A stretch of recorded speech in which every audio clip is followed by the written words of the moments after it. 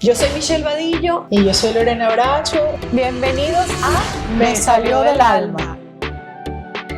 Invitados que comparten su alma, su vulnerabilidad y su verdad. Y lo haremos combinando conversación, energía y astronomía védica. Para conocer un poco más a fondo del alma de cada persona que se siente aquí con nosotros. Esto es Me Salió del Alma. Milton Becerra es un artista plástico venezolano formado en la Escuela Cristóbal Rojas de Caracas, con una trayectoria marcada por su colaboración con maestros como Carlos Cruz Diez, Jesús Soto. Su carrera ha sido prolífica y trascendental, dejando una huella muy profunda en el arte contemporáneo latinoamericano. Pero más allá del artista reconocido, hoy nos encontramos con el ser humano, el canal, aquel que teje los hilos, los nudos y vacíos que nos recuerdan que el alma no tiene bordes, que estamos hechos de luz, de forma, de vibración. Su arte es conocido, su presencia hoy aquí con nosotras es un gran regalo. Querido Milton, bienvenido a Casa Mijares. Gracias. Bienvenido, Milton. Sabemos, Lorena y yo, que eres un hombre de pocas palabras, que eres un hombre que sabe expresarse a través del arte, a través de todas las obras maravillosas que has hecho, que has logrado. Sin embargo, hoy queremos como tener de ti también otra información que no tenga que ver a lo mejor con arte. Podemos comenzar con otro tema de inspiración, en qué te inspiras, con qué te conectas para la creatividad que tienes, que es inagotable y que a veces sí, hay momentos en que uno no tiene a lo mejor esa creatividad flor de piel, uno no se levanta todos los días igual. Bueno, yo creo que yo nací conectado. Quiere decir que cuando veo las cosas las veo de otra manera. Entonces, a partir de ahí es que me suceden cosas, pues me suceden pensamientos, o tengo ideas, o tengo visiones, tengo...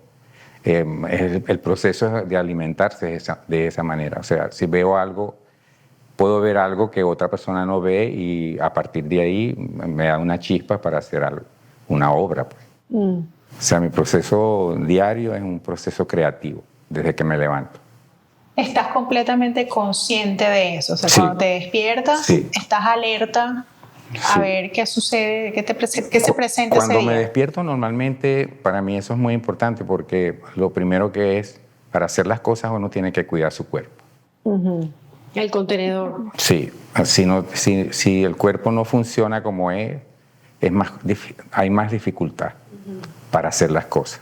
Entonces yo me preparo, por ejemplo, cuando yo despierto siempre estoy como estirándome, como hacen los gatos, en la cama, me volteo, lo primero que hago es estirar mi columna, después respirar, de qué manera estoy respirando, sentir el corazón, sentir la respiración de mis pulmones, sentir el cuerpo. Y esto es como una especie o es un ritual prácticamente. Y lo voy haciendo progresivamente y a medida que mi cuerpo se va despertando, yo tomo posición de la vida, pues, porque sé que estoy preparado para hacer cualquier cosa que me interese en ese momento. Si es de fuerza, si es de meditación, todo depende. Y esa parte para mí es muy importante porque la reflexión, hago meditación también y a veces hago estiramiento. Ahora en estos momentos estoy haciendo más estiramiento porque lo necesito. Pero es verdad que los artistas tienen como esa musa, esa inspiración en la madrugada, a altas horas de la noche, que como que les llega la musa de la creatividad, las ideas, porque estábamos hablando con otra invitada que ella decía que, y tú también, que acumula como un registro de imágenes, de ideas, y que cuando a veces la creatividad está corta o no viene la musa en ese momento, ella recurre a esas imágenes para la creatividad. Y yo creo que tu libro también tiene mucho que ver con eso, con las imágenes. Con las imágenes. Pero yo, por ejemplo, yo no soy en la noche yo hago otras cosas. Yo no soy, nunca he sido una persona de crear en la noche. No soy Me encanta la noche, sobre todo ver las estrellas, todo lo que corresponde a lo que tiene que ver con la parte sideral. Pero yo soy como más, a mí me gusta compartir, o sea, como yo siempre he estado en familia, entonces, y me encanta la familia y siempre tengo a alguien al lado. No soy la persona que se va a levantar de noche a hacer un trabajo y después en la mañana está durmiendo. O sea, yo no soy así.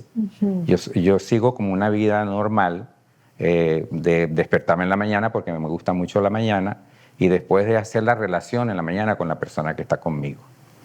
Y esas cosas de la creación, de que hay una parte que uno... No, yo puedo salir a caminar y puede suceder algo. O puedo ponerme a leer y en esa lectura que haga puedo descubrir cosas. Entonces, la parte creativa mía parte más de esos principios. No es que estoy en la noche que me vienen las musas no hay una de la iluminación. creación. Exacto. No, a mí me viene constantemente algo. Por eso que tú dices que estás conectado. Sí. Ese Ajá. proceso creativo tuyo es ongoing, pues está sucediendo en Yo todo el veo tiempo. cosas que a lo mejor los demás no ven, pues. ¿Cómo qué? Una luz que atraviesa algo, como eso que pasó ahorita con Raima, que ella vio un ojo. Yo puedo ver cosas en la naturaleza que suceden de esa forma, pues, que suceden como un fenómeno. Que Y a estás partir atento. de ahí, ese fenómeno, yo digo, bueno, esto puede ser visto por otra persona. Lo que yo hago con la obra, sobre todo lo que yo quiero es que cuando la gente entre en simbiosis con lo que yo creo y lo que yo estoy creando, no solamente es para ver algo, es para conectarse con ello, es para sentir, es para irradiar, porque la obra está irradiando, está mandando energía y la energía es la conexión. O sea, nosotros ahorita estamos mandando energía unos con otros. ¿Por qué? Porque la voz es parte de ese sonido que es energía y entonces eso está vibrando, pero no está vibrando solamente aquí, está vibrando y se pierde la vibración, está saliendo fuera de nuestro círculo. Y yo creo en esas cosas. Cuando uno va a hacer algo, yo creo que uno primero lo tiene que visualizar y después que uno lo visualiza, lo tiene que realizar. Y si no lo visualizas, no lo puedes realizar. Sí. Claro, el espacio sale, o sea, la idea tiene, el mejor espacio que tiene que estar en orden es... A partir de esa visualización, pero eso no es nuevo, eso es muy antiguo. O sea, parece que yo he leído que los apóstoles hacían eso para predicar la palabra de Dios, y vamos a hablar en esa terminología, era necesario tener una conexión y proyectarse donde tú ibas a hacer esa conexión. Si tú no tenías esa proyección, tú no podías lograr lo que tú querías. Absolutamente. Y tú sabes que cuando hablamos de los chakras, uno proyecta su voz en base al chakra en el que te estés vibrando. Exacto, exacto. El tuyo hoy es justamente tu conexión Sí. con el universo. Bueno, a mí hace poco me hicieron una entrevista donde me preguntaban que qué oía yo qué era la música. A mí lo que me gusta son música de decibeles, ¿no? Músicas que me hacen ser más creativo, músicas que me hacen ser más reflexivo. Y esa música existe a ciertos decibeles. Claro. O sea, y eso ayuda muchísimo. Uno cree que no, pero sí, ayuda muchísimo. A mí me ayuda muchísimo. Claro, inspiración. Y te estaba preguntando si alguna vez te habías leído una carta astrológica, si sabes cuál es tu signo, tu ascendente. Bueno, sé cuál es mi signo, que es Leo, pero no sé cuál es mi ascendente. O sea que es ahorita, hoy en estos días. En estos días que me lo han... ¿Cuándo es tu cumpleaños? Porque A ver. Mi cumpleaños es pronto, sí, el 10 de agosto. 10 de agosto. 10 de agosto, y entonces aquí de una vez te comentamos que tu ascendente en astrología védica es Libra, tu sol es Cáncer y tu luna de nuevo es Libra. Pero nosotros, más allá de ver el signo zodiacal como tal, vemos mucho las constelaciones, Las de dónde constelaciones, sí. vienen, que son 27. Entonces son muy especiales porque dice que se representan el ADN del cosmos. Entonces es como que tenemos características impresionantes en estrellas y es una manera de nosotros de irnos descubriendo también como almas, como personas. Entonces, por ejemplo, tú tienes acá el ascendente Chitra, y Chitra era una gopi que era la ayudante de Krishna, de esta deidad védica, ¿no?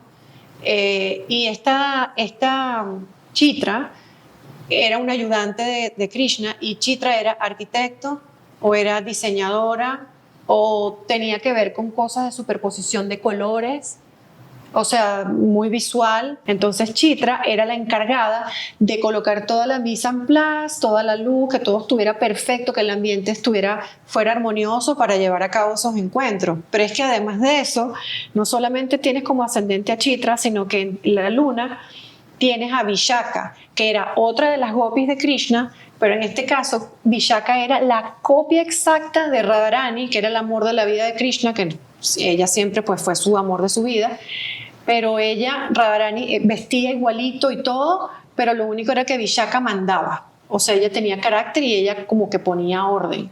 Ella venía a organizar todo. Inclusive ella era tremenda astróloga, le gustaba mucho ver el cosmos para de nuevo volvieran a suceder esos encuentros. O sea, poner orden y poner todo hermoso. Y el Sol tiene una estrella, una constelación súper interesante que es Ashlesha, que es la constelación de Patanjali, que es el padre, el que sistematizó los Yoga Sutras, ¿no? Todo lo que tiene que ver con meditación, con respiración, con yoga, con medicina ayurveda holística, también con hierbas, con todo este tipo de cosas. Todo eso me corresponde. ¿Te gustaría o te pudieras sentir identificado con alguna de estas cosas que te estoy diciendo? Seguramente con los colores, los trazos, las formas, la geometría, que también tiene que ver con la geometría sagrada que hace, que es como una especie de geometría sagrada. Exactamente. Pero eso que tú dices es verdad. Sí, yo me siento conectado con algunas de las cosas que tú estás diciendo. Porque si no hay conexión, ¿cómo haces la creación? No puedes. Si no estás conectado con la realidad, con el entorno, ¿cómo puedes crear? No puedes. No te puedes ni alimentar siquiera. Entonces hay cosas que son bien razonables en ese sentido. Por ejemplo, cuando yo voy a hacer algo que no depende de mí, sino que depende también de otras personas, y yo soy muy organizado. Entonces, si yo voy a hacer una obra que tiene una dimensión que yo no puedo abarcar, yo busco personas y les explico cómo hay que hacerlo, de qué manera hay que hacerlo. Pero antes de eso, yo he hecho todo. O sea, yo he estudiado la medida, cómo hacerlo, cómo hacer el movimiento, porque para mí el movimiento es muy importante. O sea, el espacio para mí es muy importante. Lo que yo quiero dominar es el espacio. O sea, en arte lo que yo quiero dominar es el espacio. Por eso es que yo uso hilos de colores. ¿Por qué uso el hilo? Porque el hilo es circular, es un círculo, es un tubo. Es diferente que usar una regla o usar un pedazo de cartón, porque la luz se baña al hilo, la luz da forma, la luz se proyecta en el hilo. Y parece, cuando yo hago las obras, la gente dice que si eso son cosas eléctricas, que tiene electricidad. Pero es porque el razonamiento viene a partir de ahí. Viene a partir de que la forma hace posible de que la luz se proyecte de esa manera. Y después hago muchas cosas que también la gente ha estudiado mucho sobre eso, que tienen que ver con la parte creativa de lo que son las tramas, porque yo hago muchas tramas. Entonces, para saber sobre eso, estudié un poco los guayú. En Venezuela tenemos una etnia guayú, sí, que hacen unos tejidos maravillosos, pero ellos tienen ciertas mitologías o ciertos cuentos sobre cómo realizaron eso, y cuentan de que una persona tenía un nombre, una niña, y esa niña tenía comunicación con una araña que se convierte en araña, y a partir de que se convierte en araña empieza a hacer los tejidos. O sea, hay todo un razonamiento sobre por qué utilizan el tejido para expresarse. Entonces, pero no solamente la cultura guayú, hay muchas culturas que siempre hay cosas que son significativas para poder desarrollar y hacer lecturas de obras que están hechas con hilo o con estructuras que están hechas con hilo. Todo tiene un razonamiento, pues. Y Milton, en esa exploración de la luz, claramente entiendes también que es la oscuridad, ¿no? Sí, claro. Pero claro, digo simbólicamente, más allá de este plano, es interesante que cuando te expresas estás incorporando ese significado. Claro. Para mí me preguntaron que cuál es el color favorito que yo tengo, y yo digo que el prisma de Newton, porque es un prisma que es transparente, irradia luz blanca y proyecta los colores del arco iris. Entonces es una proyección, es una cosa, es como un acto de magia. Y yo tuve una experiencia, hice una obra en el Malecón, en Ciudad Bolívar, un monolito. Ese monolito era 99.5% de hierro.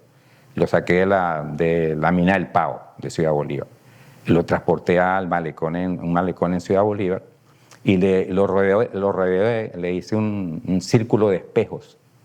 Y a medida que la Tierra rotaba alrededor del Sol, se empezaron a proyectar, porque yo lo bañaba de agua también el monolito, se empezaron a proyectar las luces sobre el monolito, y el monolito empezó a desaparecer y a formar colores. O sea que hubo un acto de magia. De magia, pues. Total.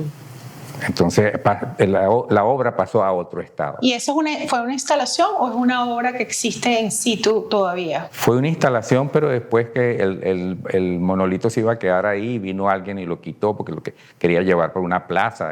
Después yo no supe qué sucedió con eso. ¿Tú cediste eso? Sí, eso. ¿Y en tus sueños? ¿Qué logras captar, ver, sentir cuando duermes? ¿Te conectas Cuando con los duermo sueños? yo sueño como que en mi segundo, cuando estoy durmiendo, así como que me pasa algo de repente y me despierto y después me vuelvo a quedar dormido, puedo empezar a soñar. Pero yo no soy así como... Porque ya yo estoy soñando todo el día. Claro. Exactamente. Sí, Total. Ese es el sueño de parar el descanso. Esa es la respuesta. Esa mente activa. También tengo la cosa de que si yo sueño, por ejemplo, sueño que estoy desnudo, que vuelo, cosas así por el estilo. Siempre estoy volando, siempre voy de un lado a otro.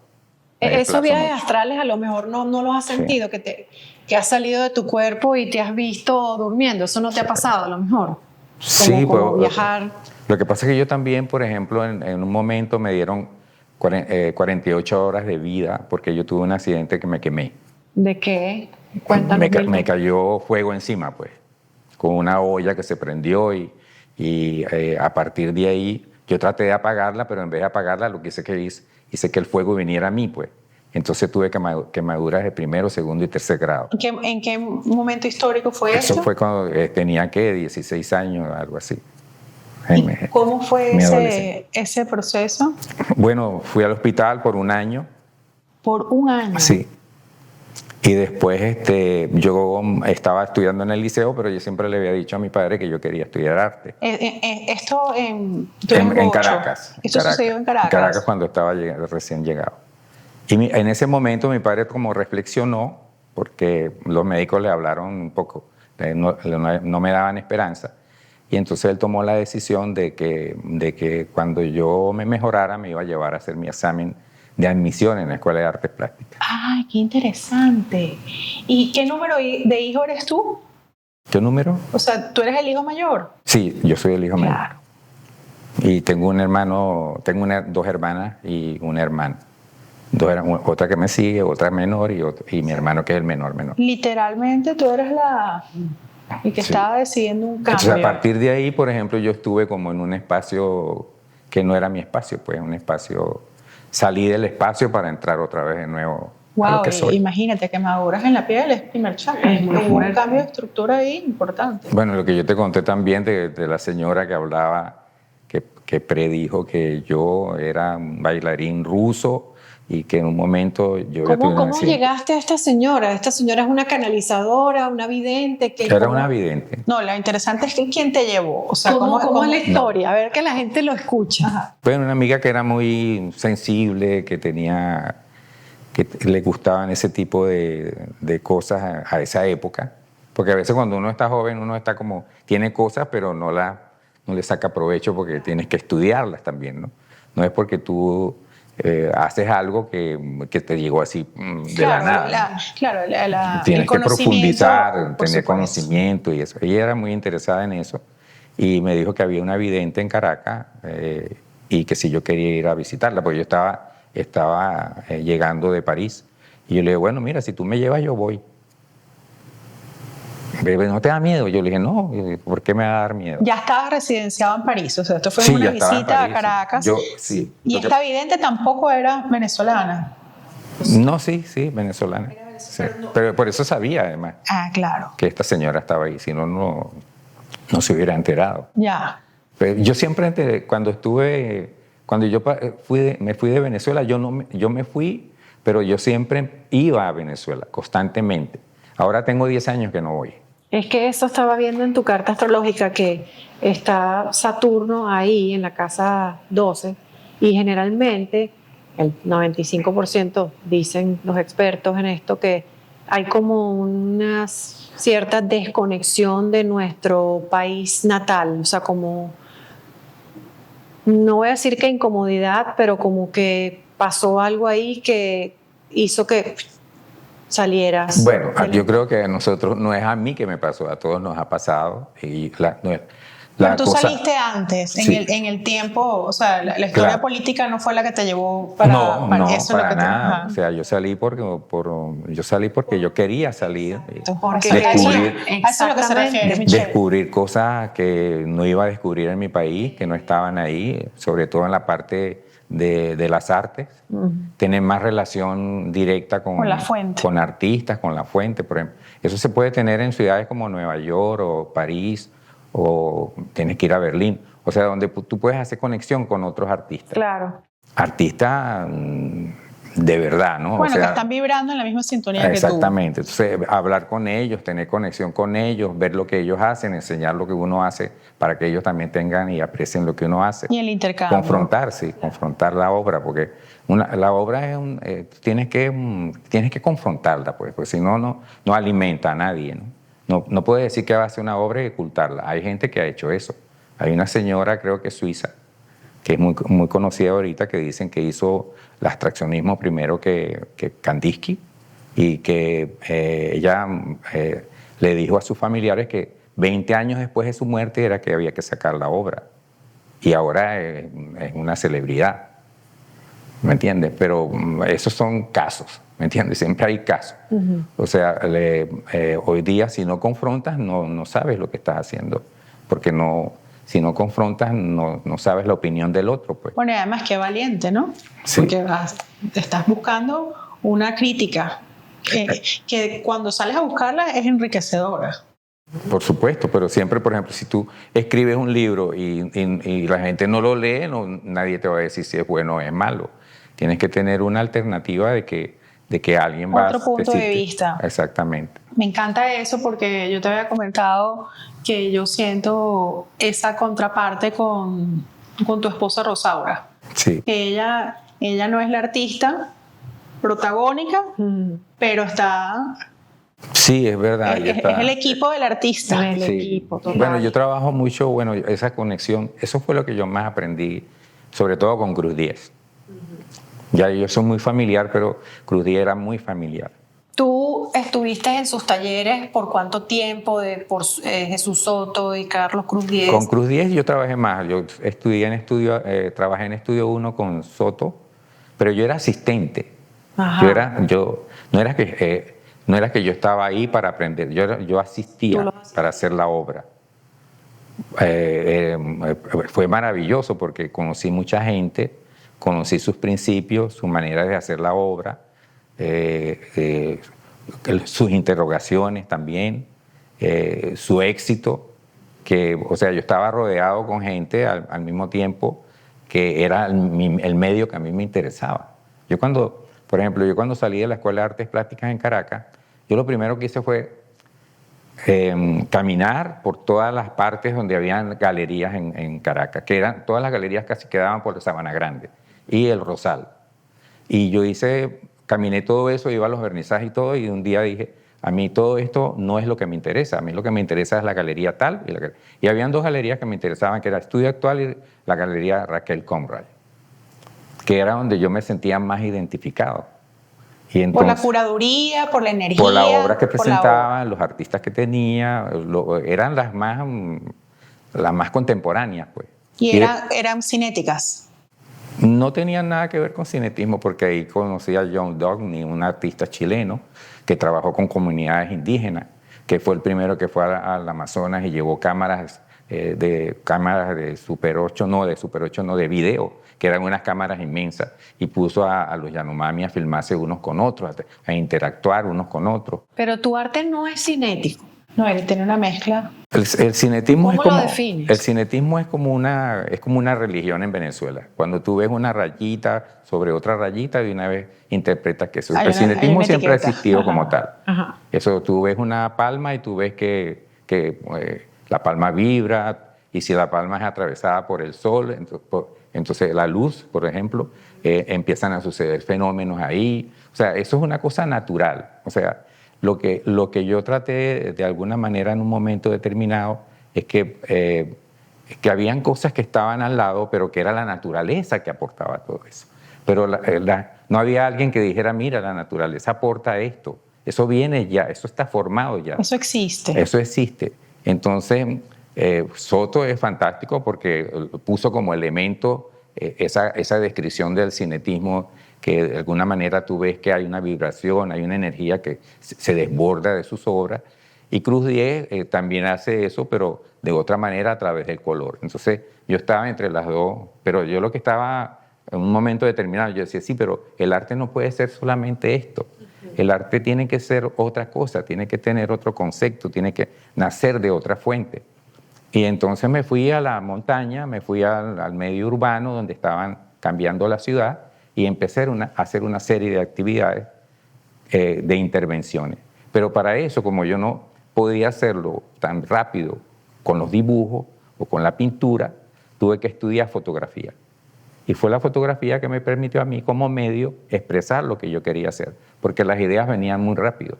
Y como las ideas venían muy rápido, tenía que usar un medio que me permitiera esa velocidad a la cual yo estaba viendo las cosas. Entonces, todo tiene Entonces, en ese momento yo empecé a explorar otro mundo, otro universo. Y por eso es que yo soy un poco pionero de todo ese tipo de resultados que nacieron a partir de esas intervenciones en el paisaje y en la parte urbana. ¿Por qué la parte urbana? Porque cuando yo estaba en Caracas, en los Jardines del Valle, en Longaray, estaban transformando todo el paisaje urbano. Y en ese momento yo me di cuenta de que no estaban tomando en cuenta ciertos principios como dónde van a jugar los niños, si va a haber parques infantiles, que eso es importante, si va a haber una biblioteca, cuántos cines pueden haber. Yo dije, aquí está sucediendo algo, y ese algo que está sucediendo va a ser un mal resultante al final, porque no están tomando en cuenta muchas cosas que son necesarias para eso. Y bueno, tú viste cómo está el país ahora. Entonces, a partir de ahí, yo hice ese trabajo de fotografía con intervenciones en el medio, y esa intervención era con una imagen, era un cuadrado con una imagen repetitiva, o sea que es un principio del arte cinético, pero puesto en escena dentro de un contexto totalmente diferente. Y después en el paisaje también. Y ahí empecé a hacer líneas en el espacio, empecé a jugar con la naturaleza, a llenarme de toda esa energía que la naturaleza te da, y empecé a tener más contacto con la naturaleza, con los ríos, con las piedras, a estudiar más sobre eso, a ver por qué el agua funciona, por qué no funciona, de qué manera funciona, qué cosa es útil del agua para nosotros, qué lectura tenemos nosotros de lo que es la naturaleza. Y me empecé a meter por ahí. Entonces, también lo que sucedió es que empecé a desarrollar obras que tenían que ver con ecología. En ese momento había muchas cosas que tenían que ver con la ecología. ¿En qué año estamos hablando, Milton? Estamos Para que la hablando gente de los años 70. Imagínate, ¿sabes? Entonces, ¿cómo describirte? Por ejemplo, que yo cuando hago una obra, hago una investigación de ciertas cosas, de cosas que me interesan a mí. Por ejemplo, volumen, forma, irradiación de energía. Entonces, sí, todo eso está incluido. Pero lo que más me interesa a mí es lo que va a suceder contigo. ¿Qué es lo que va a suceder contigo? Y la reacción que tú vas a tener al ver esa obra. Sí, o sea, no soy yo que lo digo, pero yo he hecho obras en las cuales la gente se queda como si entraras en un templo y vieras algo que te asombra, pues, que te cuestiona, pues. Y una de las cosas que me gustan más de ti como artista plástico es la coherencia que hay en ese discurso de esos tempranos años y cómo ese discurso fue evolucionando, pero lo ves O sea, Sí, no es, sí. no es que haya un corte, ¿sabes? Todos esos elementos que él está mencionando ahorita, en el transcurso de su carrera, los ves ahí. Sí, es Y que por no, ejemplo- no es fácil además. Y el hilo, ¿cómo lo pudieras definir? Como la conexión entre cielo y tierra, entre lo espiritual y lo terrenal. ¿Cómo definirías esos hilos con los que trabajas, esos tejidos? El universo es un tejido, un Es una tejido malla. invisible, Ajá. una malla. Eso, yo tengo obras que, por ejemplo, hay una que se llama Vagabundos del Espacio, que son mallas que suspenden una roca, que están creadas para que haya como una especie de hueco negro en el espacio que atraviesa una superficie a otra superficie. La lectura que uno puede hacer de las obras, eso depende de la parte que cada persona tiene en sí mismo para Claro. poder hacer esas lecturas. Claro, que eso es una realidad, es lo que como es arriba es abajo, como es adentro es afuera. Mira, Milton, cuéntanos de la elección de esos cristales, de las rocas que tú usas, que yo Bueno, los cristales Y que son gigantescos. No, además, pero son yo quiero saber la pesados. historia de la elección de... Los cristales son los frutos de la tierra. Eso viene del magna de la tierra. Hay mucha gente que piensa que alguien los hace, ¿no? Pero no, eso es la tierra que lo forma y que tienen esa energía, ¿no? Pues si es cristal de cuarzo, yo tengo uno aquí metido en el bolsillo. Y tengo otro en mi morral. Siempre ando con un cristal. Y cuando fui a Amazonas, en la Esmeralda, recogí muchos cristales. En Venezuela hay muchos cristales. Pero yo tengo muchos cristales de muchos lados, de donde yo voy, consigo una piedra. O hay piedras que yo las veo y es como que no me dejes aquí.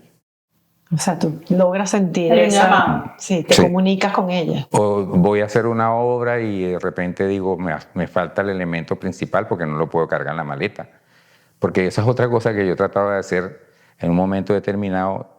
Empecé a hacer la obra, que fuera una obra que tuviera un estado de reposo y un estado activo. O sea, de reposo cuando yo lo tengo guardado, que no pasa nada, pero cuando se activa puede tomar este espacio completamente. Y de nada, ¿me entiendes? Entonces, pero tengo que buscar el elemento que es el mineral, que es la piedra. Y entonces yo lo que hago es que cuando voy a lugares que no conozco, empiezo a caminar por el lugar y empiezo a encontrarme las rocas que convienen para hacer la obra. Eso me pasa mucho. Tu mamá. Mi mamá, porque yo estoy con la cosa de los hilos. Bueno, cuando yo estaba en un pueblito muy pequeño, yo siempre estaba entre costureras, que eran las mejores amigas de mi mamá, porque ella le mandaba hacer su ropa, pues. ¿Dónde En queda Las este Delicias. pueblito? En Las Delicias. Entonces, en Las Delicias, yo, cuando mi mamá me dejaba a cuidado, me dejaba con la señora Consuela, que era una gran costurera. Y yo siempre tuve esa comunicación con la costura. Y yo creo que todo eso viene de ahí. ¿Qué edad tenías en ese momento? Bueno, yo creo que un niño, pues, un 7, 6, Esa es la 7, 8 memoria. años. Sí. ¿Y qué te emociona de hablar de esto? Porque siento que estás emocionado ahorita. ¿Qué pasó? El pasado, El pasado. sí. Mándale luz al pasado. Ujú. Tú eres un ser de luz. De que toda esa gente ya no está, que están en otra dimensión. A veces sientes como un poquito de esa tristeza, ¿verdad? Que uno va como cargando cuando los demás se van despidiendo de esta dimensión, pero que siguen estando. Sí, igualmente. pero tienes que aprender a reconocer. ¿Y has estado tú en esa búsqueda? Sí, claro. ¿Qué has hecho para eso? Meditar. Meditar, ir a lugares especiales. ¿Hace Crear cuánto cosas tiempo especiales. falleció tu mamá? Mi mamá, ni me acuerdo. Por eso que estás movido. Yo de las fechas soy malísimo para Sí. la fecha. Yo soy malísimo para la fecha. Y cuando voy a hacer algo tengo que anotarlo. Menos mal que tienes a ustedes, Rosaura de menos mal que apuntadora. ustedes me pusieron me mandaban a cada rato porque yo Yo estoy como, si me pongo a hacer algo se me olvida. Bueno, porque eres artista, pues esa CPU tiene mejor uso que estar Bueno, pendiente antes de yo la anotaba fecha. todo, ahora también a veces anoto y tal, pero cuando tengo cosas, no sé, yo me meto en algo y de repente me quedo ahí pegado. O sea, Bueno, obvio no te tenemos que decir esto, pero dice tu carta astrológica que eres muy estético y visual, pero se ponen quisquillosos a veces. Dice acá la carta. Y como tienes esa constelación, que es muy especial porque esa constelación se refiere al brillo de la conciencia, que brilla con meditaciones, rituales, mantras y sobre todo reconocer tu lado divino y humano, vida humana y vida divina en armonía. No reconocerlo es una alteración de tu ciclo natural, el ciclo que todos nosotros hemos pedido. Entonces es como integrar, porque el mensaje es que es fácil conectar con nuestro origen divino, pero que el desafío es en integrar nuestra humanidad, donde tendemos a veces a evadir cosas, a evadir obligaciones, a evadir temas de la vida misma terrenal, y también nos cerramos un poco al disfrute. Así que una vez que tú integres tu divinidad y tu humanidad, se va a activar más aún tu creatividad y tu inspiración. Que eso es interesante. ¿Qué tan personal son tus obras? O sea, cuando tú decides hacer una obra, ¿cuánto de ella viene por la petición de un cliente o cuánto de ella representa algo íntimo tuyo? bueno, normalmente como yo tengo una estructura de obra, cuando si alguien pide lo que yo tengo, pues Exacto. no es que lo que yo puedo hacer es integrarlo al lugar donde él quiere. Entonces, por ejemplo, yo tengo obras que son muy simples, con 2 elementos, pero son muy poderosas. O sea, que te cambian el lugar inmediatamente. O sea, si tú eres una persona que haces meditación y tú nada más con ver lo que hay es suficiente. Porque hay un poder absoluto que está ahí, no sé cómo sucedió eso por arte de magia, y tú lo sientes, o sea, y son hilos y piedra. No, yo Entonces, doy fe. Porque es bastante arquitectónica tu obra. O sea, tú tienes un dominio del espacio. sí, bueno, eso lo aprendí trabajando con Cruz 10 sobre todo, porque cuando yo trabajaba con él se ponía a hacer experimentos de cómo, porque le mandaban a hacer mucha obra de arquitectura. Entonces, como yo estaba con él, me decía, tengo que hacer una cosa en tal sitio, entonces empezaba a medir. No, si pongo la línea así, no es, si la pongo así, tal. Claro, eso se fue como, ya yo tenía ya ese don, pero eso me ayudó muchísimo. Entonces, yo voy a hacer algo en un sitio y yo pido todas las medidas, y yo hago todo antes, todo. Estoy pensando en una imagen de tu libro ahorita que tenía esas esferas que me estabas comentando. Uh-huh. O sea, lo que tú me estás describiendo es eso, esas esferas en movimiento, que todo, desde los 360 puntos ¿sabes? de ese círculo, Es que nosotros hay una observación. Nosotros aquí conformamos una constelación. Sí, claro, claro.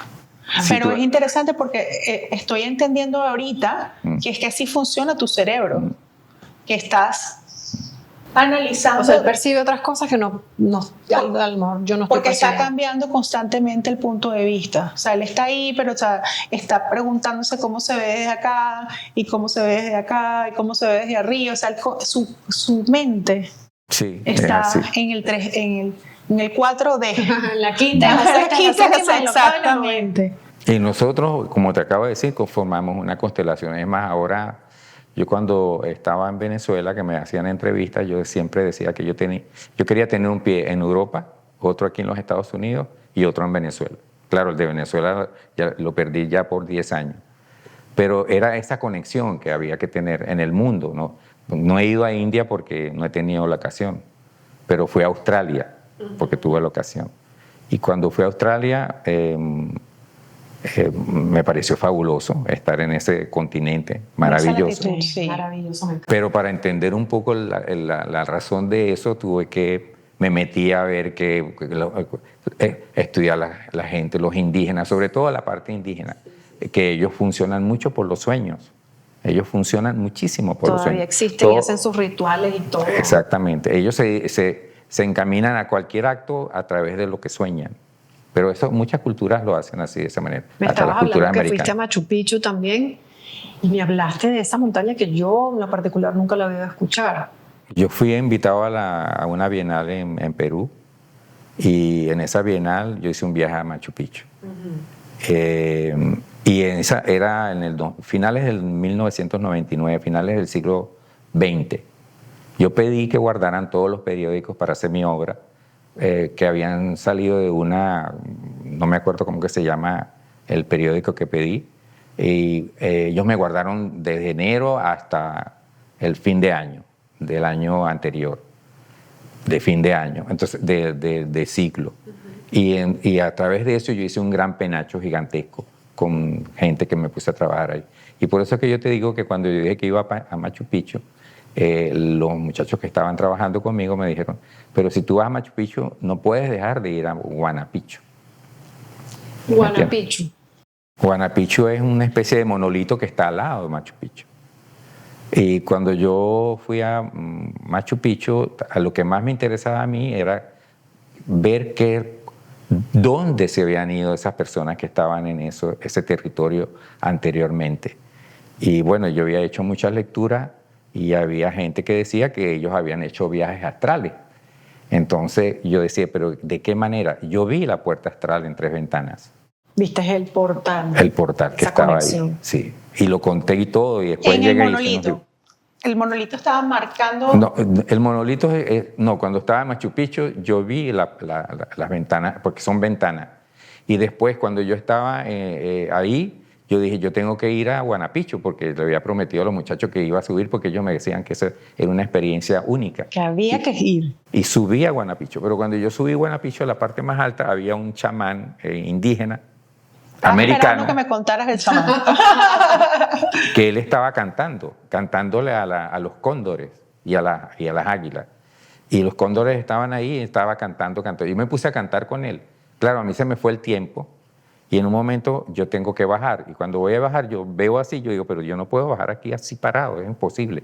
Entonces tuve que bajar todo así, recostado de la tierra, porque estaba muy alto y eso es antes de ir arriba a la punta de Huayna Picchu, te hacen firmar un libro, porque hay mucha gente que ha tenido accidentes y se han muerto, porque es un despeladero, un barranco profundo. Pero qué valiente que decidiste ir ahí también, porque hay que tener valentía para saber a lo que te estás sometiendo, ¿no? Bueno, creo que no sabía a lo que se iba a someter. Y cuando subió con toda la sí, determinación. porque tú vas subiendo con una cuerda, tú vas agarrando la cuerda y vas subiendo, no puedes subir de otra manera. Además, eso hay humedad, porque es una montaña que hay siempre humedad. Te tienes que ir agarrado de la cuerda, no puedes hacerlo. Pero igual, o sea, el haberte sometido, haberte agarrado de una cuerda, o sea, viendo que el camino estaba resbaloso. No, pero la curiosidad. Pero que siempre estar arriba es algo muy especial. Claro. Sí, claro. Por ejemplo, si tú haces cuando tú respiras, y si tú haces este movimiento, y después te extiendes y respiras y vuelves y bajas. Para mí, esas son las alas. Es el recurso que nos quitaron, que teníamos antes posiblemente, de volar. Y lo tienes aquí, hay una parte ya en la extremidad que lo tienes. Y cuando lo haces como lo tienes que hacer, de la forma que lo tienes que hacer, sientes que son tus alas. Bueno, eso es una meditación en movimiento. ¿Has hecho Kundalini? No. Estás describiendo todos los ingredientes del Kundalini. Yo todas las cosas que hago con el cuerpo es cosas que yo mismo... Michelle y yo, nuestra amistad se amalgamó porque hicimos una maestría de Kundalini Yoga juntas. Yo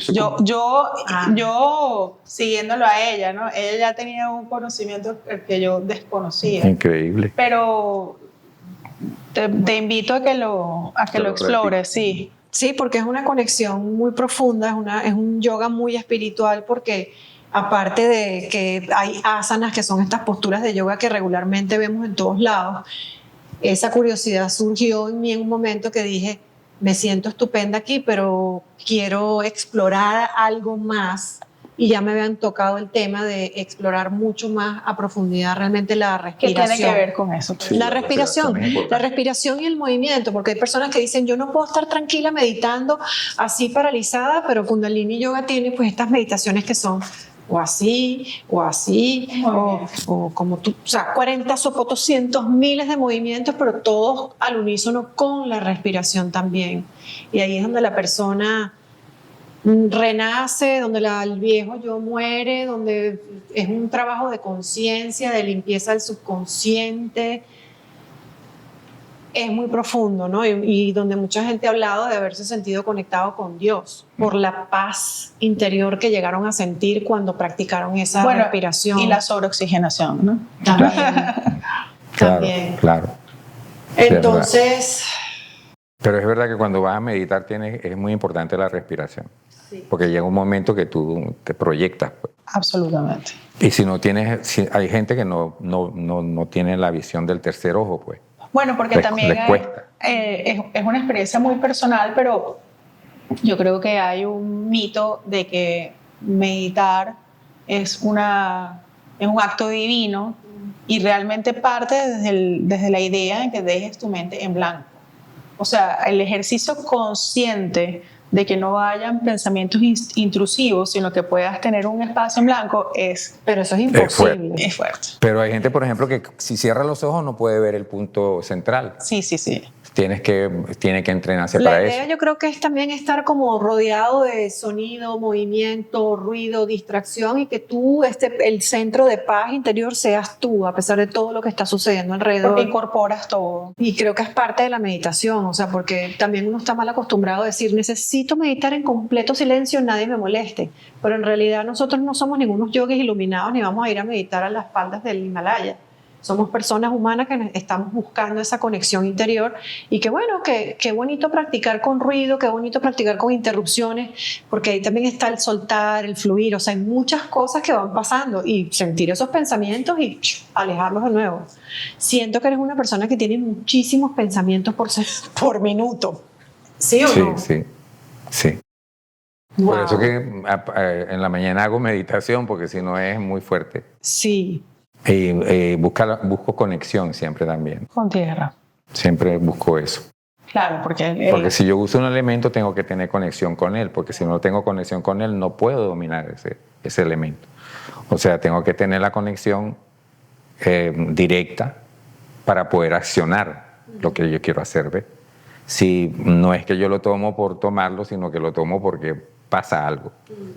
Y así sea algo que yo conozca, siempre hay esa cosa que tienes que reconocer lo que vas a tomar para crear. Y no podemos dejar de preguntarte ese aprendizaje que tuviste junto a estos dos grandes maestros, Cruz Diez y Soto, en una simple palabra, ¿qué te quedó de cada uno? Si pudieras definir algo así, un poco como más... Uno que creó una magia muy especial, pues Soto creó una magia muy especial, muy notoria.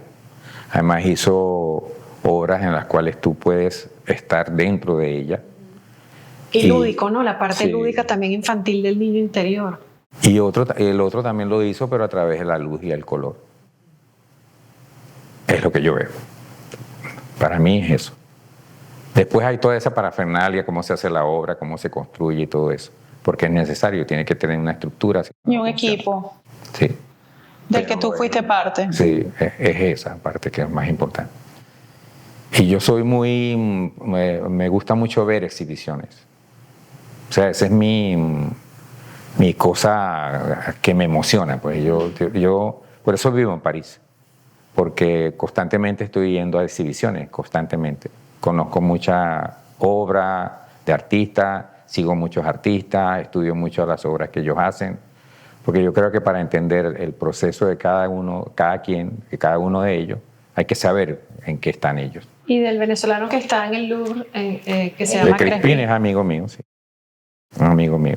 Pero no es que yo tenga una conexión con Crispín, hemos participado los dos en... Bueno, y además él tiene una historia fabulosa, que es nieto de Gego, ¿no? Bueno, eso es parte es parte de lo que... Porque viste que usted me está relacionando con Cruz Diez y Soto, ¿ves?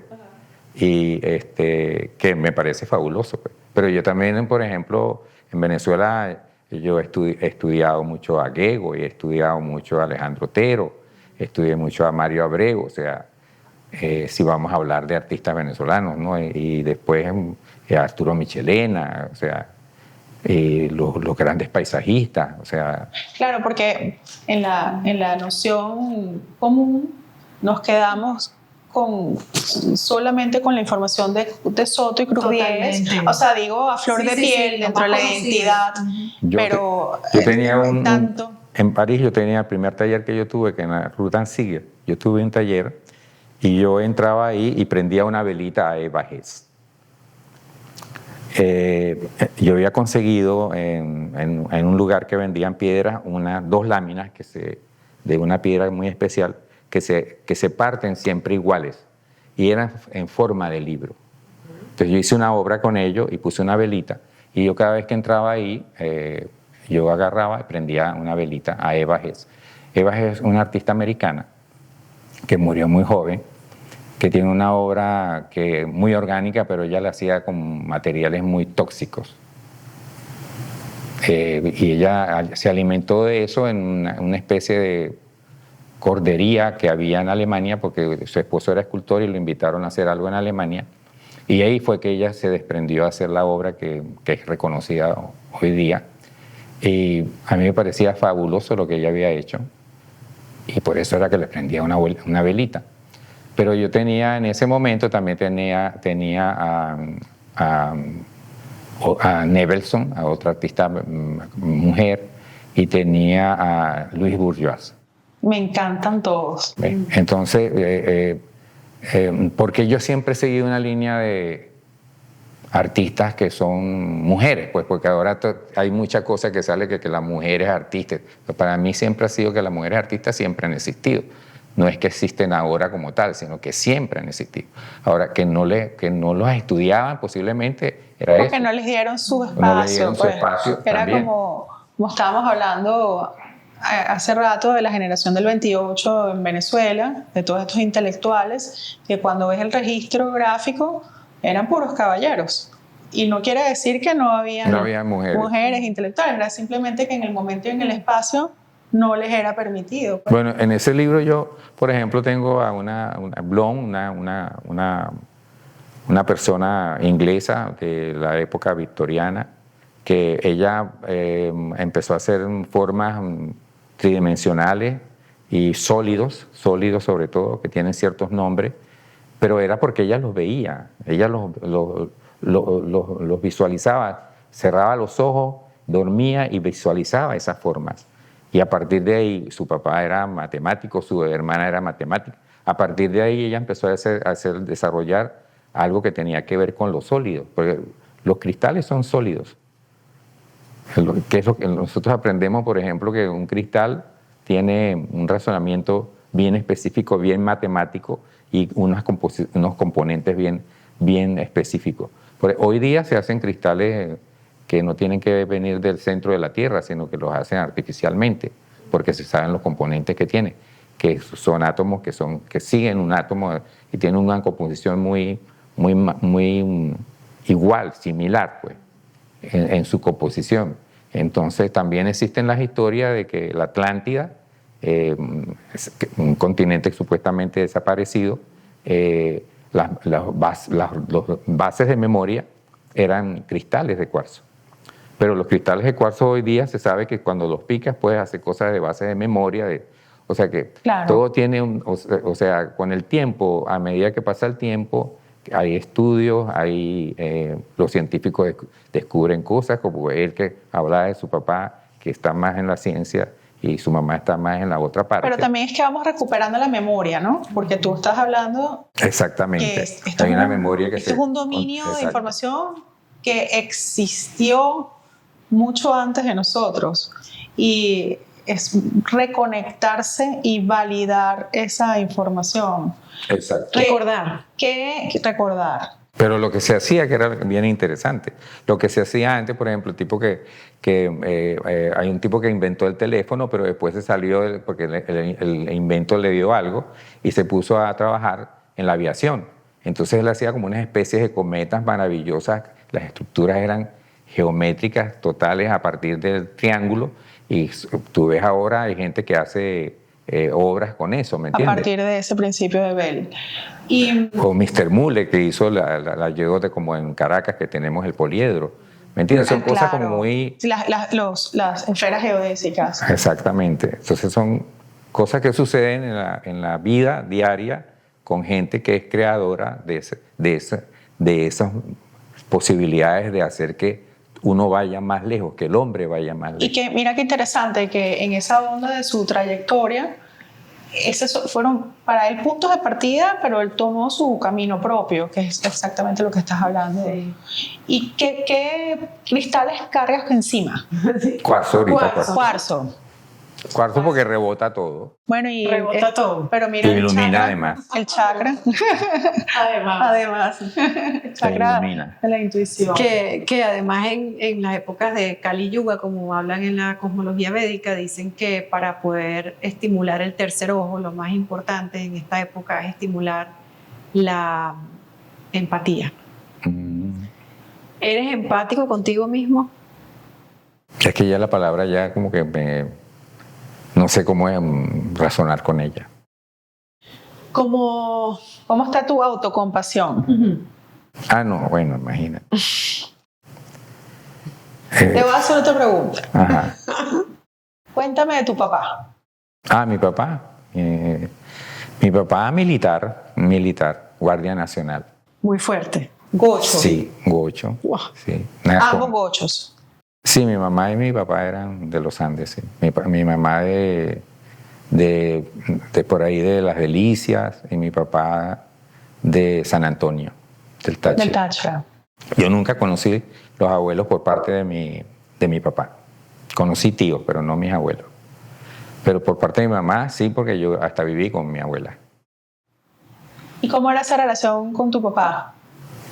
Bueno, él militar y a mí no me gustaba la ¿Y tú cosa artista? Sí, distante. Como padre genial, ¿no? Pero la casa todo ordenado, todo eso, pero Cuando dices genial, te refieres al orden. al orden. Sí, al orden. Pero el corazón, tu mamá. Sí, mi mamá. Mi papá también, porque tú sabes que uno de repente, con el tiempo, uno no juzga. Claro, porque además tú hoy en día eres padre, ¿no? Sí, ¿Y abuelo? También. también. Pero uno no juzga, porque juzgar es feo. Es muy bonito lo que acabas de decir, porque cada quien en su momento histórico y con las herramientas que tenía. Exactamente, yo creo que es eso. Me encanta eso. Sí, es eso más que todo. ¿Y en qué momento de tu vida pasó eso? O sea, que dijiste, no voy a juzgar a papá y mamá, o sea, que como que tuviste ese trabajo de Siempre yo he tenido introspección. eso. Desde pequeño. Sí, Una compasión. Eso es lo que te estaba preguntando Michelle. claro. yo Pero la siempre- pregunta también va contigo. Sí, O sea, ¿has tenido compasión contigo mismo? ¿Has sido benevolente contigo? No sé qué manera. ¿O te has tratado, digamos, has sido muy estricto contigo mismo? A lo mejor sientes que deberías abrir un poco más, fluir un poco más, porque lo matemático, lo perfecto, el espacio, las medidas, los centímetros, todo suena muy perfecto, muy... No, pero para mí eso no es ningún problema. Es más, no es algo que lo hago como si estuviera haciendo un esfuerzo. ¿En qué haces un esfuerzo entonces? No sé, o sea, no lo sé. Pero la parte creativa no la hago, ni la parte familiar tampoco. No es que estuviera como que estoy obligado o algo así. Yo no lo siento de esa manera. Okay. Nunca lo he sentido así. No lo siento, pues. Yo lo vivo, o sea, yo ya te dije, yo lo vivo. Y si hay cosas que hay que superar, yo trabajo para superarlas. Y si hay un error, trato de corregirlo, porque los errores... Mira, una vez yo hice una obra también me acuerdo, en la Galería Arte Nacional, que se llamaba Meridianos y Paralelos, se llamaba la obra. Yo la hice en la parte central de la Galería Arte Nacional, puse una roca como de 1,5 toneladas, En la plaza suspendida, en el patio interno. suspendida sobre la fuente. Claro, hice una malla para hacer eso. Era la primera vez que iba a hacer una cosa tan pesada. Y yo no pude controlar, porque había que controlar la tensión de la cuerda. Pero claro, yo tenía asistente porque es todo un espacio de arquitectura. Y hubo gente que hizo más tensión de la cuerda, de la necesaria. Porque lo que había que era dibujar el espacio y tener una cierta tensión, pero no una tensión aquí, otra tensión allá y tal. Entonces, claro, cuando nosotros soltamos la piedra rodó. No es que la piedra rodó para quedar en el centro, sino que rodó sobre la malla. Se Y yo pensé que se iba a caer, ¿me entiendes? Pero en un momento la piedra, en vez de caer, porque había una parte que era más suelta, pues, ella entró y se quedó ahí. O sea, que ella misma hizo su centro. Claro, las personas de la Galería Arte Nacional, de Arte Nacional, me acuerdo que me dijo, tú me pones la piedra en el centro. Yo le dije, sí, la piedra ya está en el centro. Entonces, yo seguí trabajando, pero en ese momento llegó Soto, que estaba en Venezuela, y él vio la cosa y le gustó muchísimo. Y me dijo, ¿cómo lo hiciste? Yo le dije, no, eso fue, me equivoqué, porque yo lo quería hacer de otra manera. Entonces él me dice, pero esas equivocaciones a veces son las mejores, porque a mí me ha sucedido mucho, y yo he hecho obras fantásticas con eso. ¿Qué tal? Qué bonito reconocer eso también, ¿no? Que, bueno, hay momentos de... Entonces, bueno, a lo mejor yo ya estaba convencido, pero necesitaba también el apoyo de alguien, y me lo dijo él, que me pareció genial. Entonces él traía gente para que vieran la obra. ¿Cuáles son los planes? Que sabemos que vivimos en el presente, el futuro no está, pero ¿cómo te has visualizado en el plano artístico? Que a lo mejor digas, quiero esto, quisiera hacer este sueño realidad. Porque siempre los sueños son bonitos, ¿no? Uno tener esa Bueno, ¿qué quiero? Grandes exhibiciones. Quiero publicaciones que estamos trabajando para eso, ¿me entiendes? Que no es fácil hacer publicaciones porque eso es un trabajo muy arduo y a veces necesitas de equipo y necesitas de dinero también. publicaciones, como dices tú, en revistas. De la obra, porque... No, los libros. Los libros. El registro. De la obra, porque yo tengo una obra que puedo hacer... yo hice un libro ya hace un tiempo que lo montó Rosaura, que a ella le gusta hacer esas cosas. Ella le dio orden, pues. Pero haciendo ese libro nos dimos cuenta de que yo puedo hacer un libro, no un libro, puedo hacer una enciclopedia por capítulos. Con sus simbologías, pues, con lo cual te inspira. Con todas las cosas con todas las obras que yo he hecho en el tiempo, cada una tiene capítulos a contar. Y por ejemplo, yo hice una exposición en el Museo de Arte, Bellas Artes, el Museo de Bellas Artes en Caracas. Y ahí yo hice en el año 97, tenía como título Identidad, que tenía que ver mucho con el dinero y los poderes, las cotaciones del dinero. Y yo presté una cantidad de dinero para hacer un gran manto, que ahora es parte de la colección de la Galería Arte Nacional. Y después puse una obra que tenía que ver con monedas, que las monedas en el país desaparecieron. Y advertía sobre las situaciones y lo que estaba sucediendo y que iba a suceder en Venezuela con la devaluación de la moneda Una y la premonición. desaparición de la moneda. Y entonces en el momento que yo le hice, me decían, bueno, pero es que tú eres rico, ¿de dónde sacaste? Claro, yo había hablado ya con el Banco Central para poder conseguir las monedas. Para las monedas una y después los billetes para poder hacer toda la obra. Y trabajé como un loco y hicimos la presentación. Pero antes de eso yo estaba trabajando durante 5 años para hacer 7 cetros de poder. Entonces estudié todo lo que tenía que ver con cetros, lo que representaba el cetro, el tamaño que tenía que tener el cetro, quiénes eran los personajes más grandes como Alejandro Magno, que había tenido en sus manos un cetro, que con él daba órdenes, que los militares también tienen cetro. O sea, todo ese mundo que de la simbología. La simbología del cetro. Y fui, medí, estudié y medí y hice 7 cetros con piedras semipreciosas. Qué belleza. Wow. Y los puse flotantes en el centro de esa exposición. Que fue en En el Museo de Bellas Artes. Y ese flotante era con conexiones que tenían que, porque yo siempre las conexiones no las veo, nosotros estamos aquí, pero yo siempre veo lo que se proyecta en nosotros. O sea, nosotros tenemos algo que cuando hacemos movimientos hay proyecciones y la visión es así. O sea, una persona que hace neurología, que hizo capítulos sobre el cerebro, que estudió la magia, que es una española, ella dice que cuando nosotros visualizamos a medida que avanzamos y a medida que vemos, o sea, porque lo que está atrás nosotros no lo hemos formalizado, lo que está adelante lo vamos formalizando progresivamente. El arte es así, tú formalizas, tú interpretas y formalizas, o sea, para que los demás vean. Entonces, esa exposición de identidad abrió un camino o un capítulo muy amplio.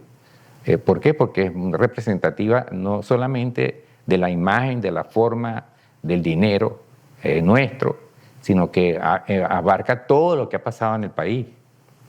O sea, tiene esa carga fuerte, simbólica. ¿Y esos cetros existen en el Museo de las Artes hoy en día? No, eso los tengo yo. Qué bueno. Eso los tengo yo. Qué bueno, o sea, la retrospectiva. Sería genial. Bueno, los raspadores de moneda. ¿Por qué yo hice raspadores de moneda? Porque existen los raspadores de yuca. Los raspadores de yuca indígenas. Sí. Pero yo, en vez de hacer raspadores de moneda, de yuca, hice raspadores de moneda. ¿Pero por qué hice raspadores de moneda? Porque ya en esa época ya no se valoraba el dinero. La gente no entendía que estaba pasando algo y que había un proceso de desaparición de la moneda. Entonces yo hice como que raspaba y cantidades, pero la cantidad no indica que eso tiene un valor. Y después yo 2 cetros los metí en bóveda de Banco Central. O sea, era todo la conformación de la obra ¿qué te digo yo? La puesta en escena de la obra es un trabajo muy fuerte, pues.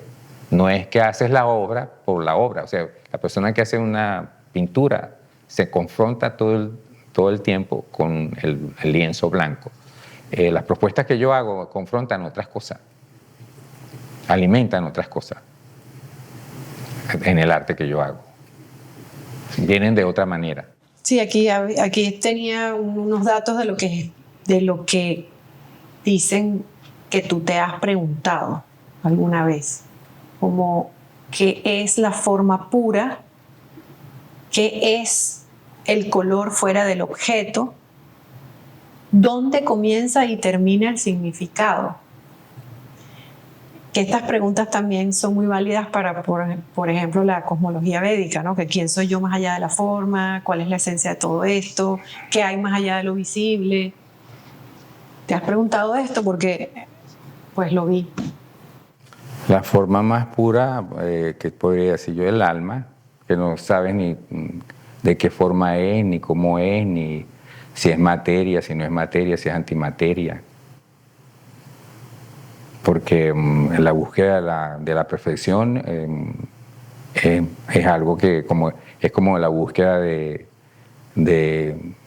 la perennidad de la vida, por ejemplo, que tú seas un ser que tengas y vivas muchos años, que eso se está discutiendo hoy mucho. Pero para mí la forma más pura es esa que tú no has percibido todavía, que la imaginas, porque la imaginas de muchas formas, pues. ¿Y religión o creencia? ¿En quién crees? ¿O te criaste bajo el catolicismo? Ahora, ¿qué crees? Si tienes alguna figura con la que tú te sientas identificado al momento de encomendarte a hacer algo. Bueno, yo normalmente sí soy bautizado, soy cristiano. Ajá. Visito muchas iglesias, pero ya yo me hice mi propia iglesia. Pero las visito porque ahí hay historia. Hay algo que está ahí, que marca. Pero además cuando tú entras hay una parte mística y una parte que no es comprensible. Uh-huh.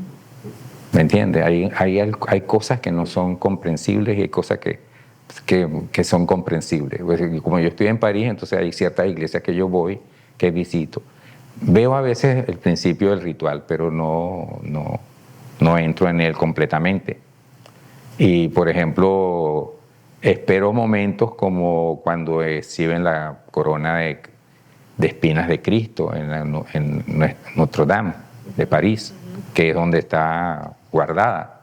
Y después leo mucho sobre la historia, cómo le han quitado espinas para llevarlas para hacer reliquiarios, cómo se han llevado esto para acá, cómo llegó eso ahí. O sea, esas son las cosas que a mí me interesan. Y después, yo creo que cuando uno está en lugares específicos, yo cuando estaba en Amazonas, nos metimos en un caño y se veían muchos ojitos y se oían sonidos muy especiales y se veía el espacio. Y había un cometa que estaba pasando en ese momento y lo vimos también. Entonces, y yo creo que esos son lugares que esos sitios, cuando tú estás ahí, no puedes describir lo que no puedes describir lo que sientes. O sea, ¿cómo tú explicarías, por ejemplo, esas rocas inmensas sobre otras rocas, esas construcciones que nadie se explica cómo pudieron poner una cosa sobre la otra, como por ejemplo en Egipto, en mismo India, México? Sí, bueno, civilizaciones Machu Picchu, antiguas. o sea, ¿qué explicación le das tú a eso? O sea, ¿qué es lo que más te resuena a ti que pudo? Bueno, alguien tuvo que hacerlo, ¿no? Eso es una cosa bien especial. ¿De qué manera? Hay muchas teorías. Pero, por ejemplo, aquí mismo hay Coral Castle. Coral Castle es un castillo que hizo una persona que vino aquí a los Estados Unidos, a Miami sobre todo, que encontró un sitio magnético de la Tierra y que uno no se puede explicar cómo él sacó bloques de coral que se parten de nada perfectamente tallados y que no tenía maquinaria además y que construyó esa estructura que se llama Coral Castle, donde ya lo que queda es muy poco de lo que él hacía. Y él, por ejemplo, él tenía una silla y la silla era metálica, tenía una mesa, la mesa era metálica, todo lo que él tenía ahí era metálico. Nadie sabe cómo él hizo para poner esos bloques solo. Además, antes, cuando las personas que vieron eso antes, él había hecho un bloque de piedra para entrar al lugar que giraba en sí mismo. Pivoteaba. Sí, o sea, pero ¿cómo lo hizo él solo? Sí. Es porque hay una situación magnética ahí donde posiblemente él descubrió algo y podía de alguna manera mover la materia sin necesidad de tener fuerza. tenía una cosa donde él maquinario, podía hacerlo y colocar donde él quería. Es la única manera. Porque qué cosa, ¿no? No, pero mira, estoy fascinada descubriendo tu mente, ¿no? Que has permitido que la exploremos. Porque me encanta tu orden. O sea, tienes una coherencia perfecta entre entender el espíritu, ¿sabes? Lo que no es tangible, que dentro de esa abstracción está la creatividad pura, porque tú cuando la llevas a un papel o a una escultura o a un hilo, la estás materializando, pero ella existe en tu mente abstractamente. Y me encanta la disciplina de tu orden. O sea, no dejas que te etiquetemos con nada, lo que me parece muy correcto, ¿sabes? Porque tiene sus conceptos, no me encierren, esa es una energía, no me encierren, pero hay un balance muy interesante entre lo abstracto y el orden, ¿sabes? El procedimiento, el horario de trabajo. Obviamente tienes un equipo en tu casa de primera, de lujo, o sea, que decodifica eso. O sea, estoy gratamente sorprendida porque yo soy admiradora de tu obra, pero tener esta visión más íntima de tu cerebro ha sido un privilegio, de verdad. Sí, pero también eso, el arte contemporáneo te enseña mucho eso. O sea, tú puedes hacer algo con nada, solamente con que tengas una buena idea, la visión de qué es lo que vas a utilizar para hacer eso. Bueno, y en el arte contemporáneo, como lo conocemos hoy en día, también es un buen equipo. Sí. Porque hay artistas que no están. Que lamentablemente no puede. Bueno, lamentablemente o afortunadamente, ¿sabes? Esa es como una nueva visión, la genialidad que está detrás de eso. Sí, pero por ejemplo el arte es como la ciencia, tienes que estudiarlo, Exacto. tienes que estar al tanto de ello. No es nada más visceral, eso es lo que tú sabes, no es... Sí. No puede ser solamente eso. Si quieres llegar a algún sitio, tiene que ser de otra manera, porque las casualidades hoy día son más vagas. Bueno, porque tienes, por ejemplo, un artista como Nish Kapoor, que, oye, o sea, detrás de las obras de él hay un equipo y un razonamiento interesante y no es el artista que está... Me impresiona eso, porque uno tiene como un concepto a veces del artista, de que como es tan creativo y es tan libre, que a veces tiende a ser desorganizado. No me cierran, ¿viste? Sí. Las etiquetas. Ajá, por eso mismo, o que es desorganizado, o que no cumple una rutina, o que no lleva un horario, o que no lleva una metodología. Y lo que él nos está diciendo hoy es la respuesta. O sea, sí se necesita orden, sí se necesita un concepto, sí se necesita una visión. Bueno, y en artistas como Milton, lo más valioso es la coherencia. Sí. La coherencia. Yo puedo hacer obras grandes, pero sí, para hacer obras grandes necesito un taller grande para hacer, pero eso no quiere decir que no puedes hacer la obra. ¿Me entiendes? Ya cuando tú entras en capítulos de artistas que tienen una demanda muy grande, entonces tú ves que se ven obligados a trabajar y tener personal. Pero eso sucede en cualquier cosa que tú montes, pues. Tú tienes las ideas, pero ya cuando hay una demanda de presentaciones, sobre todo, necesitas ayuda, necesitas otras manos para eso. Pero a mí me gusta también la parte de socializar realizando la obra. A mí me gusta mucho eso. O sea, si yo tengo oportunidad de socializar y trabajar con equipos de gente para hacer cosas, o para hacer obra, o para hacer danza, depende de donde te inviten, ¿no?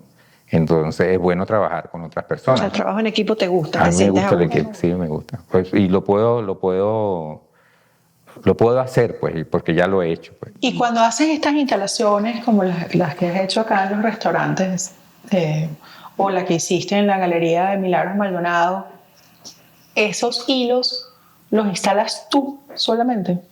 Bueno, donde Milagros me ayudó, ¿cómo que se llama? Mike. Me ayudó. Él me dio una mano para hacer eso. Sobre todo si la obra tiene una... Sí. Porque ir de un lado para ir al otro. Claro. Esa obra es una danza. Es una danza. Porque así como yo la armé, la desarmé idéntica. O sea, yo no perdí ni un poquito de hilo, pues. Porque eso consiste en la obra. Es un hilo continuo. Hay una continuidad, como la vida que tiene una continuidad. ¿Me entiendes? Y después hay una descontinuidad. O sea, hay una cosa en el tiempo que pasa. Pasa una cosa para formarse y pasa otra cosa para perder la forma que tiene. Pero la energía queda. Y a mí me pareció lo de Milagros fantástico porque yo soy un estudioso de la obra de James Turrell y tengo admiración por su obra y además me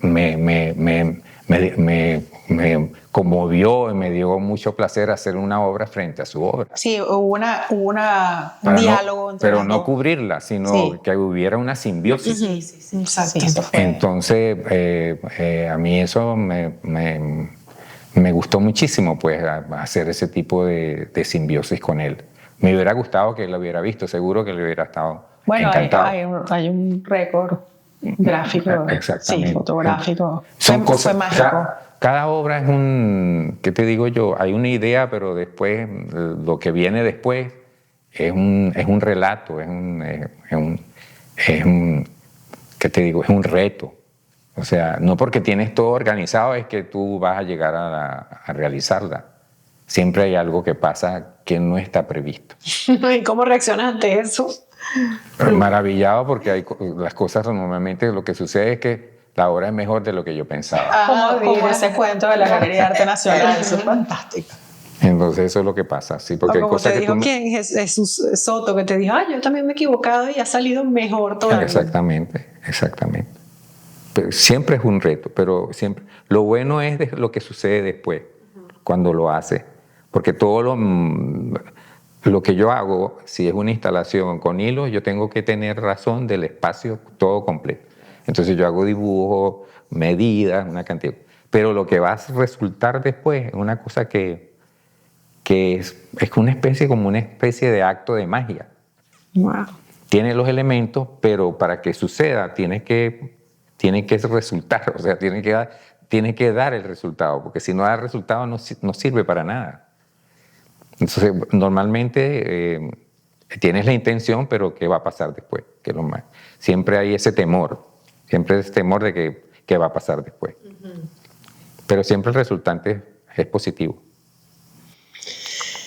¿Te sientes a gusto en París? ¿Dónde estás? Sí, me siento a gusto en París, muchísimo. Pero no tiene nada que ver con... Me gusta también estar en Miami. Porque Miami para mí es aire, es agua, es tierra. Y París es más intelectual, es más tierra, más... Para ver el agua, bueno, yo vivo cerca de la bahía y veo la bahía constantemente. Tengo que ir al Sena para poder ver el agua. Pero hay otras cosas que son importantes en París para mí, porque es una ciudad que uno puede dominar mucho más. Puedes tener dominio sobre la ciudad para ir a los lugares y todo. Urbanamente es una ciudad que te permite todo eso. Y puedes estar en un sitio y después estar en muchos sitios a la vez, porque la ciudad está hecha para eso. Y cuando caminas en París, estás caminando en la historia, pues. Hay historia en ella. Y después es más receptiva a desarrollar el pensamiento, a ser estudioso. Y es algo que la cultura está a flor de piel de cada persona, pues. Porque primero estás caminando sobre algo que es historia y después tiene que ser. Vas a una biblioteca y cuando ves la biblioteca tú dices, pero ¿esto es una cosa de verdad o una cosa de mentira? ¿Entiendes? Es una cosa de una maravilla que el hombre hizo, donde tú dices, oye, ponerse a leer aquí, a estudiar aquí, es así como que puedes pasar toda tu vida en eso, ¿no? ¿Y tu reencuentro con Venezuela? ¿Lo ves? Me encanta Venezuela, pero tengo tiempo que no voy porque es como, ¿qué te digo yo? Es como un temor de que alguien lo agarre contigo. Uh-huh. ¿Me entiendes? Que te vea como raro y entonces y de repente estés preso como por haber ido a visitar el país. Ese es tu temor. Sí, pero si quieres ir entonces. Me encantaría.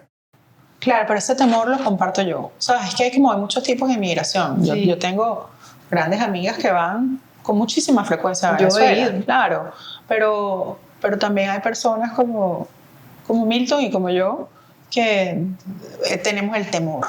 Y como eso es lo que estamos vibrando, pues... Y también ver una cosa que florecía destruida. Porque si es verdad, si hay burbujas, okay, las burbujas existen. Pero ¿y los demás? Los demás es fuerte. O sea, pudiera decirse que todavía no, porque hablando por mi caso, de mí, pues yo decía, cuando me sienta lista, o sea, era como algo que yo tenía que sentir, que estaba lista, que estaba preparada para conseguirme lo que tú estás diciendo, diferente, por no decir otra cosa, sino distinto, en muchos ámbitos. Y llegó un momento en que mi alma dijo, estoy lista para ir. Entonces capaz es que todavía no has sentido ese, ¿no?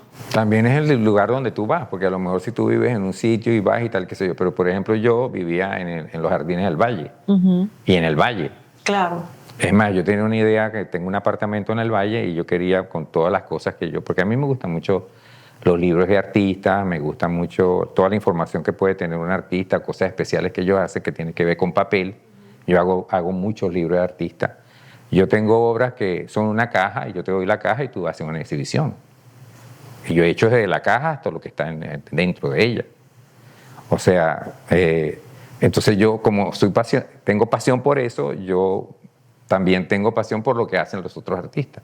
Entonces, yo veo una caja que un artista hace o algo así, que tiene un contenido, una cuestión así, y yo quiero tener eso, ¿me entiendes? Entonces, Venezuela para mí es como... se han perdido muchas cosas, se han diluido muchas cosas. Entonces para mí no solamente es el hecho de que la tomen contigo, sino que ya uno es como parte de otra cosa, parte de otro contexto, ya uno es parte de otro contexto.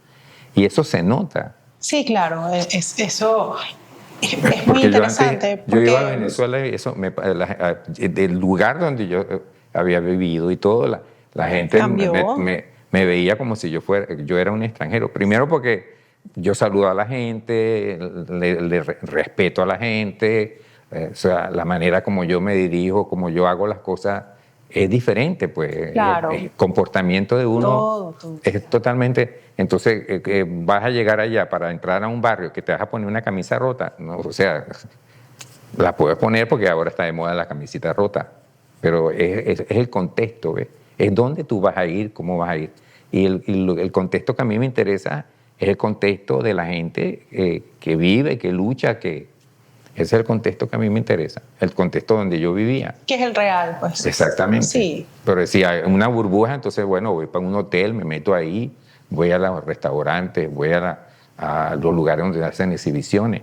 Pero yo lo que quiero es ver dónde está a lo que yo pertenecía, a lo que yo participaba. Y eso pues no va a estar porque todo cambia. Bueno, pero también el sentido de pertenencia de uno cambia, porque si tú emigraste en los 80, has vivido Constantemente. afuera Exacto, gran parte de Eso tu ya lo he vida. vivido, sí. Entonces el sentido de pertenencia cambia. Sí cambia, hay personas que lo han dicho. Claro, o sea, yo tengo más de la mitad de mi vida viviendo en Estados Unidos. Imagínate. Entonces yo comparto perfectamente esa noción tuya de que sí, mi esencia es venezolana y mis raíces son venezolanas, pero el entorno donde he vivido, esa otra mitad de mi vida, también me ha moldado, me ha aportado otra cultura, otra manera de actuar, de percibir, eso que acabas de decir de los valores de cómo uno se relaciona, el civismo. No que en Venezuela no lo teníamos, pero es como la manera de relacionarse va cambiando, ¿no? Totalmente, y has perdido por ejemplo, tú ves que ahora hacen exposiciones en el Museo de Arte Contemporáneo, posiblemente la hagan, yo no sé porque no estoy pendiente de ello. En la Galería de Arte Nacional, nosotros teníamos un país que teníamos bienales, yo me acuerdo, invitaba a bienales, invitaba a mucha gente que venía de fuera. Venezuela siempre recibía grandes exhibiciones. Teníamos un museo maravilloso, el Museo de Arte Contemporáneo. Teníamos la Galería de Arte Nacional, teníamos el Museo de Bellas Artes, teníamos el Río Reina, teníamos, o sea, en todos esos lugares sucedían cosas. Pero te voy a decir una cosa también, bueno, porque además este es un programa que también lo va a ver gente en Venezuela. Siguen sucediendo cosas muy interesantes en Venezuela y yo creo que parte de esta cambio que nos tocó, sin entrar en el tema político que no nos interesa, Claro.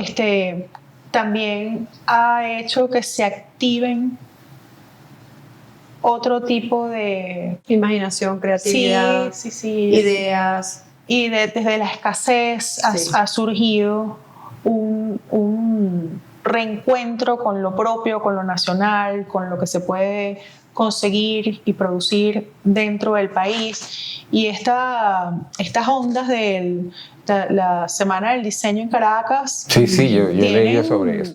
Tienen No, una sí, yo sé que cantidad hay de códigos cosas muy claro. interesantes. O sea, entiendo y comparto tu visión, pues, de la Facultad de Arquitectura en la que yo estudié, no es la misma que en la que los profesores, o sea, vamos a partir desde este punto de vista. A lo que yo estuve expuesta es diferente a lo que están expuestos los estudiantes de arquitectura hoy. Pero eso no quiere decir que sea ni mejor ni peor. O sea, de hecho, Es diferente. Bueno, te comes el mismo pescadito. Sí, es uno el que cambia. Sí. Y es uno el que se llena de miedo o de valentía No. y decide ir o no ir, ¿sabes? Es uno, es parte de uno.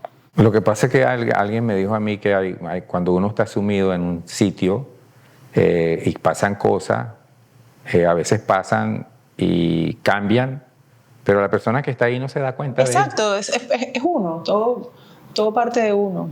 La persona que está dentro del contexto no se da cuenta de ese tipo de cosas. Y yo estoy de acuerdo también con lo que dice Michelle, que cuando haya el llamado propio de uno volver, lo haremos. O sea, es más allá de del tema político, De lo que sea. de lo que sea. Porque Porque una conexión muy personal sí, con la raíz de uno. he sentido que es algo así porque tengo un amigo Bueno, que me- yo soy muy de que no veo mucho noticias.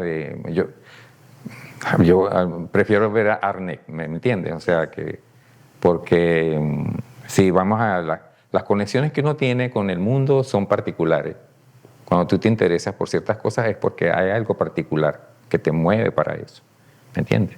Hay todo lo demás, porque en el mundo así como hay cosas sanas, hay cosas insanas, pues es normal. Heart rate. No sé qué le pasa a él. 69 beats per minute. Tus latidos del corazón están sobre rango. Hablamos de Venezuela y llegaron los Sí. latidos Sí. del corazón. Entonces, son cosas que son, ¿me entiendes? Posiblemente uno va y te vas a Margarita, o sea, consigue los amigos. No estamos haciendo ningún juicio. No, Además, para nada. en esta conversación, yo no voy a Venezuela desde el 2009. O sea, yo tengo más tiempo que tú sin ir. Imagínate. Ajá. No es un juicio, es simplemente como es una identidad que compartimos. Como cada quien percibe esa Exacto, identidad. que es muy interesante desde el exilio, ¿no? El autoexilio que todos hemos tenido. Cuando estábamos conversando con Raima fue un exilio forzado. Ah, claro, aquí hay gente era que... como toda que la es visión, distinto, claro. que es interesante. Yo conozco. Pues, por ejemplo, yo tengo un amigo que es artista, también él había viajado a Londres y todo, y llegó a Venezuela y estaba muy bien. Y para él, por ejemplo, fue forzado. Claro, y Forzado, es interesante porque energéticamente estamos hablando del corazón. Y mira, tus latidos del corazón se empezaron a dispararon. activar. Pero, Es- pero hablando, hablando de todo como los locos, que no tenemos nada de locos, por supuesto, hay una parte que, por ejemplo, yo iba mucho a Margarita. Cuando yo iba a Venezuela, iba siempre a Margarita porque había una casa en La Guardia de unos amigos que eran galeristas en Caracas, en el Atillo, la Galería 39, y bueno, y siempre me invitaban a ir a su casa a Margarita. Entonces, estando en Margarita, yo tuve un encuentro de tercer tipo. Cuéntanos. Bueno, yo tengo un amigo que murió ya, que es Luis Ángel Duque, que así hicimos muchas cosas. Por ejemplo, los viajes al Amazonas los organizó él. Él también después hizo viajes con otros artistas. Y era un gran curador, joven. Y él siempre me decía que en el cerro ese Tirano, hay un cerro ahí que siempre hay nubes. Margarita está todo azul por todos lados y en el Tirano hay siempre nubes. Cuando vayan, fíjense en eso para que vean. Y una vez estábamos en la playa, nos habían invitado a un cumpleaños y nos llamamos y decimos, sí, vamos a ir. Empieza como una especie de tormenta, nos salimos de la playa para ir al lugar que quedaba una especie de cerrito y nos vamos a la casa del Señor, que era una especie de cerrito, y estamos subimos el cerrito, hay una nube que está rasante con el cerro, pues prácticamente. Y llegamos a la casa y nos ponemos, los que íbamos, ¿no? Porque no era yo solo, éramos como 7 personas que estábamos ahí, y nos pusimos en la piscina, porque los otros estaban dentro, y nosotros llegamos y nos pusimos en la piscina, para quitarnos la arena y ese tipo de cosas, y quedarnos ahí hasta que viniera el Señor para saludarlo. En ese momento nosotros vimos luces, pero de luces como de esas luces que tú ves de un platillo volador, pero no se veía completo, pero fue una cosa así extraterrestre, pues. y que todo el mundo la vio. Exacto. Todos los que estábamos ahí la vimos, todos. Y después unos empezaron después, al tiempo empezaron a negarlo. Ajá. Porque no, eso no era así. Pero yo empecé a buscar con los amigos que estaban en el otro lugar de la isla a ver si había alguien que había visto eso. Entonces empecé a llamar a gente que estaba en otro sitio y a preguntarles, ¿ustedes vieron esto? Y por fin hubo otras personas que también vieron ese fenómeno. Desde otro lugar geográfico de la isla. Porque, bueno, la luz era demasiado evidente, ¿no?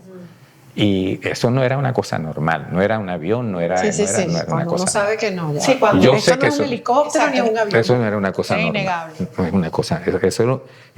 Mi esposa también lo vio. Rosado. ¿Y cuál es tu reflexión? ¿Cuál fue tu reflexión en ese momento y cuál es la reflexión en el tiempo? Bueno, que mucha gente dice que nosotros no estamos solos, ¿no? Pero yo creo que si hay algo que ha pasado en este mundo es porque realmente no estamos solos. Y el motivo de esa visita a la final, cuando conocieron al anfitrión. Le participamos también, Ajá. pero él no había visto nada, porque nosotros lo vimos porque estábamos afuera. Qué interesante. Él estaba dentro de la casa.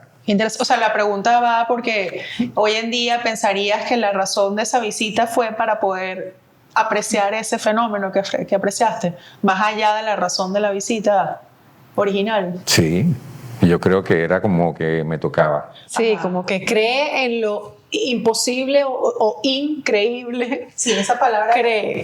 nosotros constantemente hacemos un esfuerzo para erradicarla de nuestro vocabulario, porque cuando dices increíble es que no da fe, Que no cree. de una, o sea, No, a mí me tocaba, pues, porque también estaba muy metido en lecturas, de cosas, siempre estaba metido en estabas eso. preparado para Sí, procesar sí. esa información. Una vez le conté a mi esposa que yo estaba aquí en Art Basel y yo le dije, mira, yo vi un venusiano. Entonces me dice, ¿cómo que viste un venusiano? Mira, el tipo iba demasiado rápido, era muy extraño y se paraba en ciertos lugares y para mí esa persona no era de aquí. Pero de verdad, y ella te lo puede contar porque ella se quedó como, y de verdad, yo le dije, sí, yo estoy seguro que esa persona no era de aquí. Tú sabes que en Caracas hay una zona que uno sale de Caracas, no me acuerdo ahorita, que hay hay un lugar donde hay una virgen. Ajá. Que se aparece. ¿Tú no has oído? Había una persona que hacía radio en Venezuela que ella siempre hablaba de esa virgen porque ella tuvo una experiencia muy particular, una experiencia de tercer tipo con la imagen de la virgen, pero no era ella sola que la tuvo.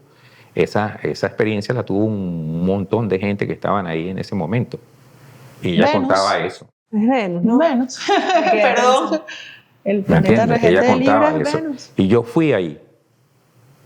Y yo veía la imagen por todos lados.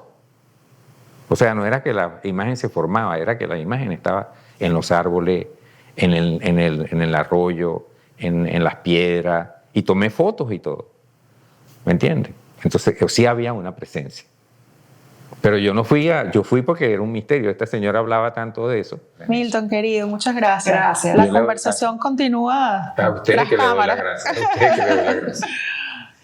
Gracias por estar y nos vemos para una próxima oportunidad.